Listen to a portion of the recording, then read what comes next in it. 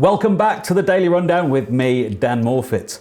With me on the Blue Bonquettes now is campaign manager Josh Harbord for Stop 35k. Now, they're planning a big leaving party on the 6th of April for all the people that will have to be deported because they don't earn over 35k. Now, Josh, a party, how is this a bad thing? It's more of a commiseration, kind of miserable, sad party, because obviously as people's visas runs out, they will have to leave the country or be deported if they earn under £35,000. No one says it's a good thing, you know. Even people that other MPs that we're constantly in contact with, they all agree that it's an unfortunate measure, but that it's apparently necessary. So how have the government come to this figure of if you're earning, if you're earning less than £35,000 a year and you've been here for 6 years, you will be sent back to your country of origin. Now, this doesn't affect people in the EU because we all work on a similar level and they've got freedom to work anywhere. But this is for people outside, so North America, South America, Asia, Africa. Yep, Australia, India, Russia, any other country in the world that's not in the EEA or EU. They arrived at the figure. They consulted with the Migration Advisory Committee, who were asked, will being harsher on Tier 2 migrants result in fewer Tier 2 migrants? And the answer was yes. What specifically are Tier 2 migrants? A Tier 2 migrant or skilled worker is a degree graduate entering the UK on the promise of a $20,800 a year job. That has to be advertised in the UK for over a month to UK nationals to make sure that no UK nationals are suitable for the role or available. After that, they have to pay thousands of pounds in immigration fees and NHS surcharge. They're not allowed, or they're literally forbidden from claiming most benefits. The company they work for has to pay thousands of pounds to hire them, and that's set to go up. Mostly Tier 2 skilled workers are teachers and nurses and IT workers. There's a lot of people who work for charities who earn under this much. They work as digital producers and programmers and web developers and things like this.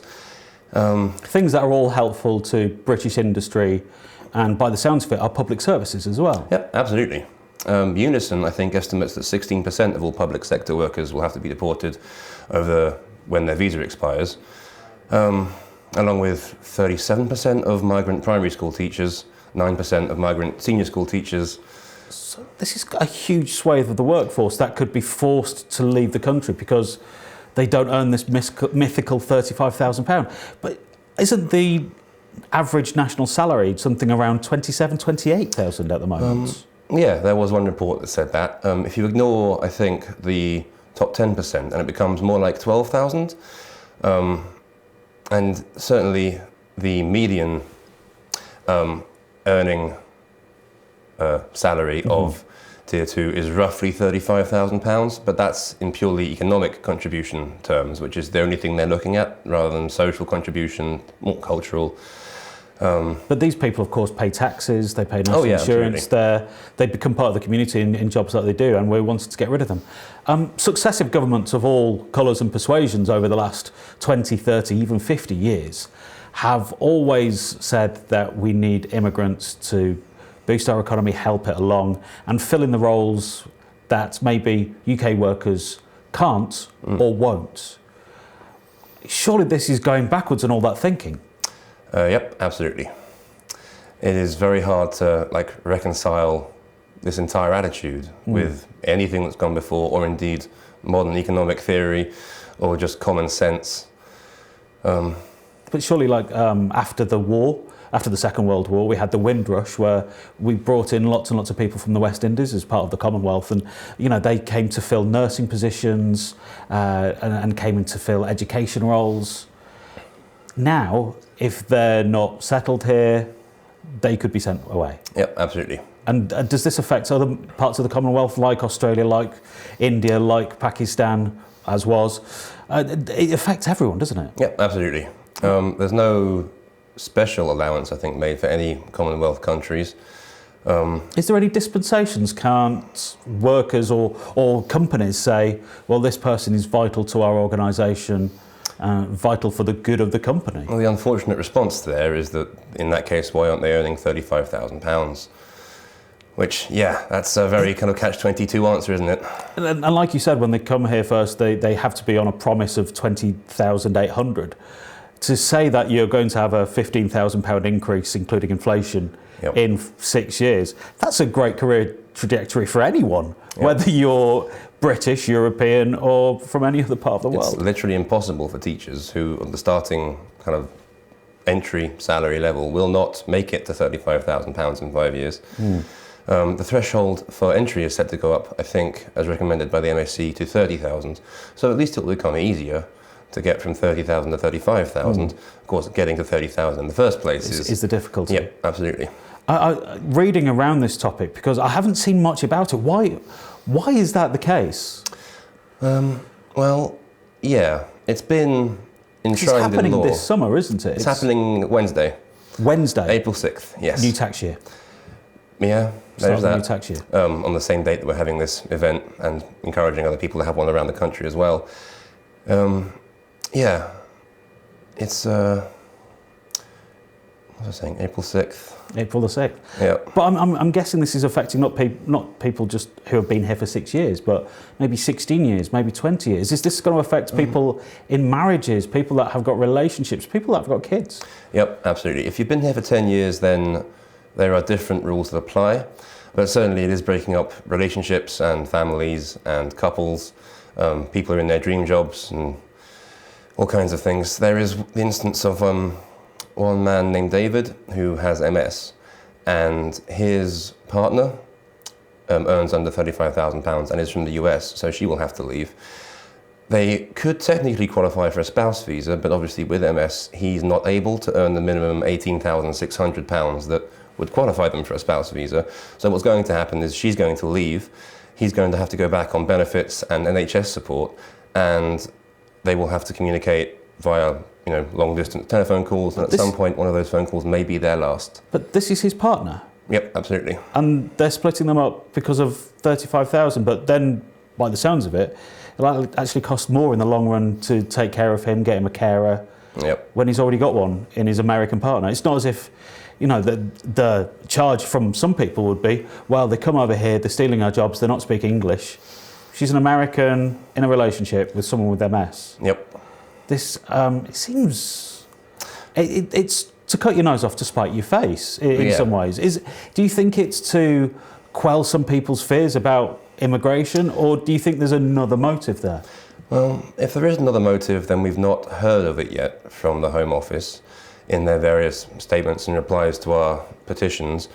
There are various MPs that have suggested that back in 2011 and 2012, when this policy was being formulated, that it was a knee-jerk reaction to the EDL and UKIP, who were, on the rise. On the rise at the time, but now all but discredited. But this just affects migration from out of the EU into the UK. Well, it doesn't really affect migration, it affects settlement. These jobs still can't be filled by UK workers if the people working in the jobs leave. So if anything, migration will still be an essential part, they just won't be able to settle. Is this not just bringing our system in line with others? Because I've got a friend who went over to America with his partner, they eventually got married, and it took him years for him to get his green card, years for him to be allowed to pay tax, have a social security number, and sort of contribute to that nation. Surely we're just getting in line with other nations like America, like Australia. Well, like different countries need different things from immigration policy. Just because everyone is standing behind you doesn't mean you have to get in line with them. Okay. With this as well, looking at the cost to send these people back, to then fill that gap of, teachers, nurses, skilled workers, people in industries like IT. I think the figures are between 181 million and 575 million. And that's going to cost us. It's not a saving. It's just sending people back, administration, and losing that part of the workforce. Yep, absolutely. Surely the financials don't stack up. Nope, absolutely not. And the actual cost of surely chasing people and trying to deport them is going to be a lot as well. That will be substantial. Yeah. Do they have a process that they want to go through? You know, do they have a 10-year process that they want to get illegal aliens out of the nation?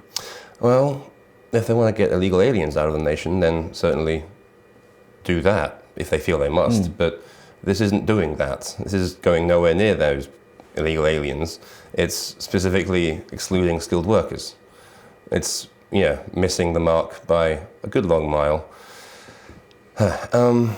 But yeah, the figure of 181 to, I think it's 575 million. It's a big margin of error. Absolutely. And that's also just the Home Office's impact assessment.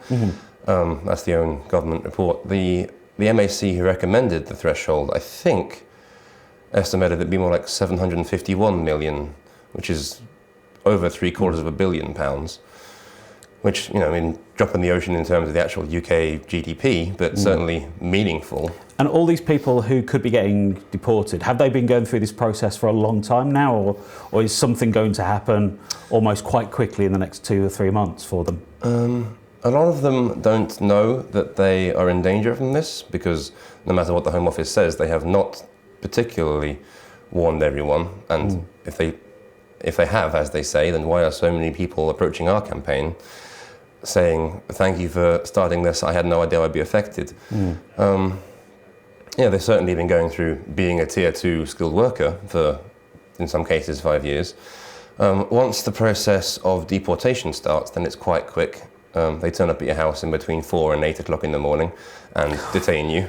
Wow. We recommend that everyone keeps their migration paperwork in a folder next to the door. And other websites have been recommending this for years. It's good advice, so that on your way out, as you're being arrested and detained, you can quickly grab the folder, and that will help with, you know, the paperwork that's about to happen to you. Well, we've got no more time, sadly, but Josh, thanks for coming in and making us aware of what's happening. Thank you for having me. If you want any more details about this, you can go to stop35k.org. That's if you're affected or you just want to know more about the whole process and what's going on to some of our workers here in the UK. Next, Nina and Jacob will return with There's Something to Say, so hold on to your hats. Saying that, you shouldn't really be wearing one indoors. Where are your manners?